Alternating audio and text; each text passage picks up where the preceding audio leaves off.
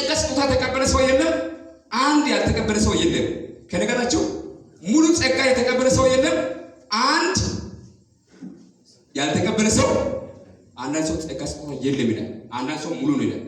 አካፍለኝ አትሉ? ከዚህ ሙሉ ልከምለው አካፍለኝ። አንዳንድ ሰው ሙሉ ነው ይላል። አንዳንድ ሰው ደግሞ ጸጋ ስጦታ የለም። ጸጋ ስጦታ ያልተቀበለ አንድ ወይ ሁለት ያልተቀበለ ሰው የለም። ጸጋ ስጦታ ሙሉ የተቀበለ ሰው የለም። ቤተክርስቲያን ውስጥ ሰዓት ስንት ነው? ሰዓት ስንት ነው? አቆማች። ስለዚህ መግቢያ ላይ እንዳየነው መንፈስ ቅዱስ አላርስ ቅዱስ ዓላማ ለቤተክርስቲያን ውስጥ ለአገልግሎት ለማዘጋጀት እንደገና ለማነጽ ለማሳደግ ለማነጽ ነው ቃል ብያ ለማሳደግ እንደዛ ለመገንባት ነው። ለአንድ ሰው ምንም አይጠቅም። የሚጠቅመው እድል ምንድነው ብያለሁ? ኮካ መጠጣት። ኮካ ሲጋ ወይም ኪቢር የእግዚአብሔር ሰው በነገራችን ላይ ሰይጣን ሰው ያለ ነገራችን ላይ ክርስቲያን የእግዚአብሔር ሰው አይደል ሁሉ።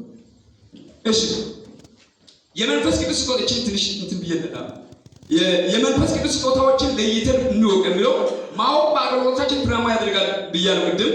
ማንኛውም በክርስቶስ አምኖ የዳነ አማኝ ሙሉ በሙሉ ጊዜውን ለወንጌል ስራ የሰጠ ባይሆንም በወንጌል ስርጭት ውስጥ የራሱ የሆነ ድርሻ እንዳለው እናምናለን።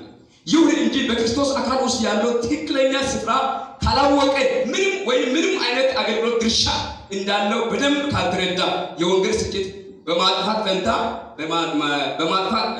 በማፋጠን ፈንታ ይበልጥ ወደ ኋላ እንዲፈገፍግ ግልጽ ነው። እነዚህ ላይ ችግሩ ሁለት አይነት ነገሮች ሊኖር ይችላል። ያልተሰጠውንና ያለ ቦታ አገልግሎት ውስጥ መግባት ራሱ ሆነ ሌላውን ይጎዳል። ከነገርናችሁ ለዚህ ነው ማወቅ አለበት። ያልተሰጠበት ቦታ መግባት ያለ ቦታ መግባት ራሱን ሰውየውን ይጎዳል። ከዛ በኋላ ማንን ይጎዳል? ሌሎችን ይጎዳል።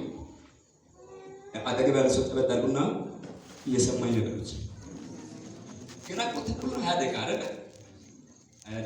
ስለዚህ ቅድም ብያለሁ ፖዚሽኑ ሰውየው ይፈልጋል። ጸጋ ስጦታ ግን ሌላ ተረጋጋችሁ። ሰውየው ምን ይፈልጋል? ቦታውን ይፈልጋል። የትኛው ቦታ ደስ የሚለው ቤተክርስቲያን ውስጥ የትኛው ቦታ ደስ ይላል? ለምሳሌ ለማገልገል